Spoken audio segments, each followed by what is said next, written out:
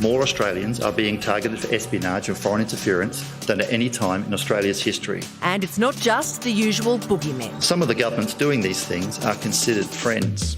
Their targets include the usual suspects: public servants, elected officials, business leaders, and increasingly the media. The watchers are being watched, the reporters are being reported on, and the press is being pressed.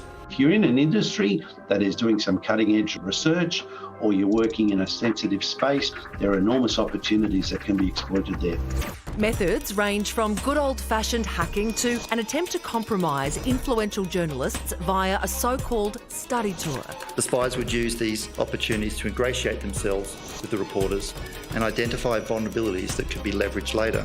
This is a case study in espionage tradecraft. Even more sinister, 2 recent plots against Australian residents. In one case, the intelligence service started monitoring a human rights activist and plotted to lure the target offshore, where they could, quote, be disposed of. Adversaries out there are not playing on a level playing field, and so we need to be vigilant, we need to be aware, and we need to be attentive.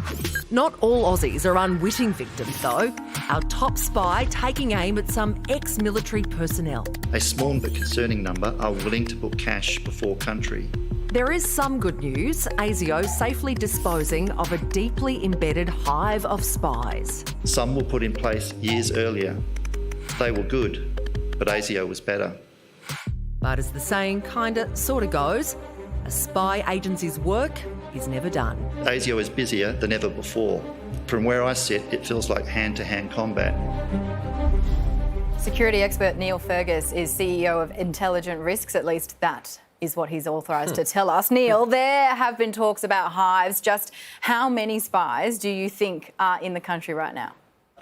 Numerous, unquestionably numerous, as Mike Burgess, the Director General of ASIO, indicated yesterday. Look, the fact is the Cold War never really ended. There has been ongoing espionage activity in this country, well, forever. Now, some people might say, oh, OK, there's an intelligence officer looking at the diaspora, looking at the emigres. What's that mean? Well, what it means, it's an infringement on the human rights of the people, and it can get much more sinister and malevolent in terms of people being threatened about families, relatives back home, etc. And that's not an uncommon occurrence in the world of intelligence. So, Neil, are you saying that's how these spies are being embedded and used? It all sounds like something out of a fiction novel. I know people who have been shown photos of relatives back in the homeland saying, you know, you really should cooperate because, you know, you want your sister to finish university. It gets pretty nasty at times when you're talking about these authoritarian states. I mean, it's no secret that the Russian government has assassinated a number of people in other countries in recent years. The British Home Office believes that the Russian government has coordinated over 50 assassinations in the West in the last 15, 20 years. Well, Neil, I know I'm not a spy, right? But how am I supposed to work out if these 3 here are spies? Nick Cody's new here as well, by the way. I think the haircut gives it away. He must be. His haircut, yeah, I agree. It's that easy. If they've got a bad haircut, they're a spy. A ranger on TV? Get out. But in all seriousness, Neil, how do you figure it out? Because I think there's this misperception probably about it being a man in a trench coat, right? But are you telling me that maybe a kindergarten worker could be a spy, a tradie could be a spy?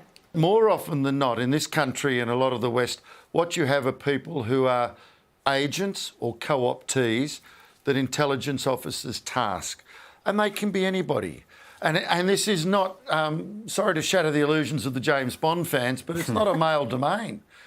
Many of the operatives are female, and they're damn good at what they do.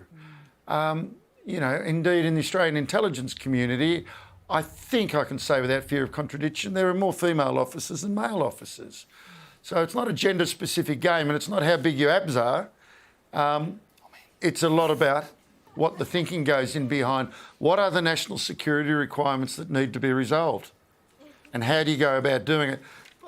Preferably without being detected and interdicted, which ASIO clearly has done with the announcement by Mike Burgess yesterday that a hive of spies has been detected and removed from the country. There's no surprise if it's all about brains, Neil, that there's going to be more female spies. Oh, come yeah. on. Come on. Neil, thank you so much for your time. Pleasure.